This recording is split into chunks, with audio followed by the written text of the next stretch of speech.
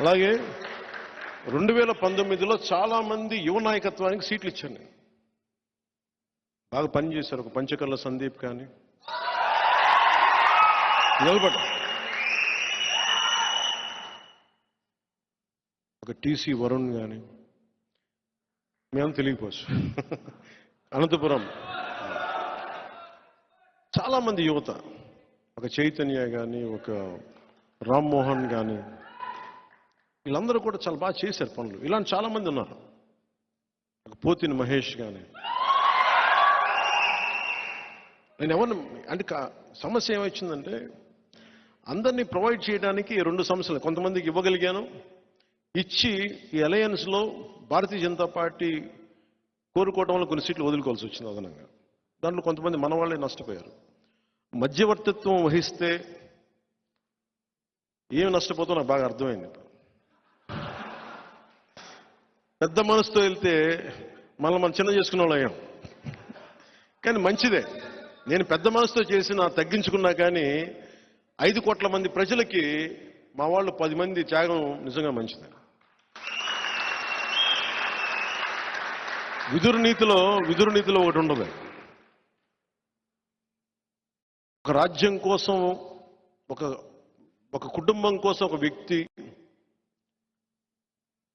గ్రామం కోసం ఒక కుటుంబం, ఒక రాజ్యం కోసం ఒక గ్రామాన్ని వదులుకోక తప్పదని. అంటే ఒక రాజ్యక్షేమం కోసం గ్రామాన్ని కూడా వదులుకోక తప్పదని. అలాగే ఒకసారి మేము రాజ్యక్షేమం కోసం, ఆంధ్ర రాజ్యక్షేమం కోసం నాతో సహా మేము త్యాగాలు చేయాల్సి వచ్చింది. ఒక పార్లమెంట్ సీట్ కూడా వదులుకోవాల్సి వచ్చింది. స్వయాన మా అన్న,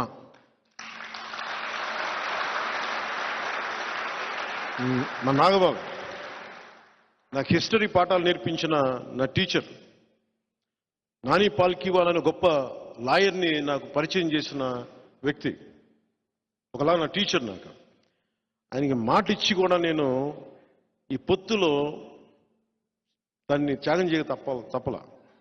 అలాంటిది మా అన్న ఈరోజు పొద్దున లెటర్ పంపించాడు. ఏం పర్లేదు, నేను నీకు అండగా ఉంటాను. నువ్వు చెప్పిన 21 నియోజకవర్గాల్లో, అంటే నువ్వు చెప్పిన 21 నియోజకవర్గాల్లో మన అందరి అభ్యర్థుల కోసం కృషి చేస్తాను. నువ్వు ఎక్కడైతే అలయన్స్ పార్ట్నర్స్ ఉన్నారో ఎక్కడికి వెళ్ళమంటో అక్కడికి వెళ్ళి నేను పనిచేస్తానని మనస్ఫూర్తిగా మా అన్నయ్య నాగబాబు గారికి నన్ను అర్థం చేసుకున్నందుకు ప్రత్యేకంగా నా కృతజ్ఞతలు. ఇవి ఎందుకు చెప్తున్నానంటే త్యాగాలు చేయకుండా ఎవరూ లేవు.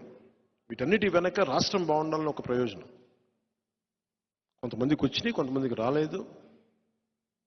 రేపొద్దున ప్రెస్ మీట్లు పెట్టి నన్ను తిడితే నేనేం బాధపడను. నేను మీ ఆవేదన అర్థం చేసుకోగలను. కానీ స్థాయికి మించి చేస్తే మటుకు శిక్షణ చర్యలు తప్ప.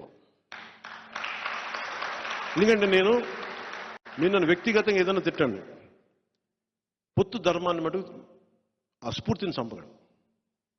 అలాంటి వ్యక్తులు ఎవరన్నా కూర్చొని ఉన్నా కానీ భవిష్యత్తులో కానీ సమీప భవిష్యత్తులో కానీ ఖచ్చితంగా క్రమశిక్షణ చర్యలు తీసుకుంటాను. దాన్ని దయచేసి అందరూ, ఎందుకంటే మా నాగబాబు గారి గురించి చెప్తున్నాను, ఆయనకి మాట ఇచ్చి కూడా నేను వెనక్కి వెళ్లాల్సి వచ్చింది. అలాగే నేను ఎక్కడి నుంచి పోటీ చేయాలి, ఎమ్మెల్యేనా ఎంపీనా అని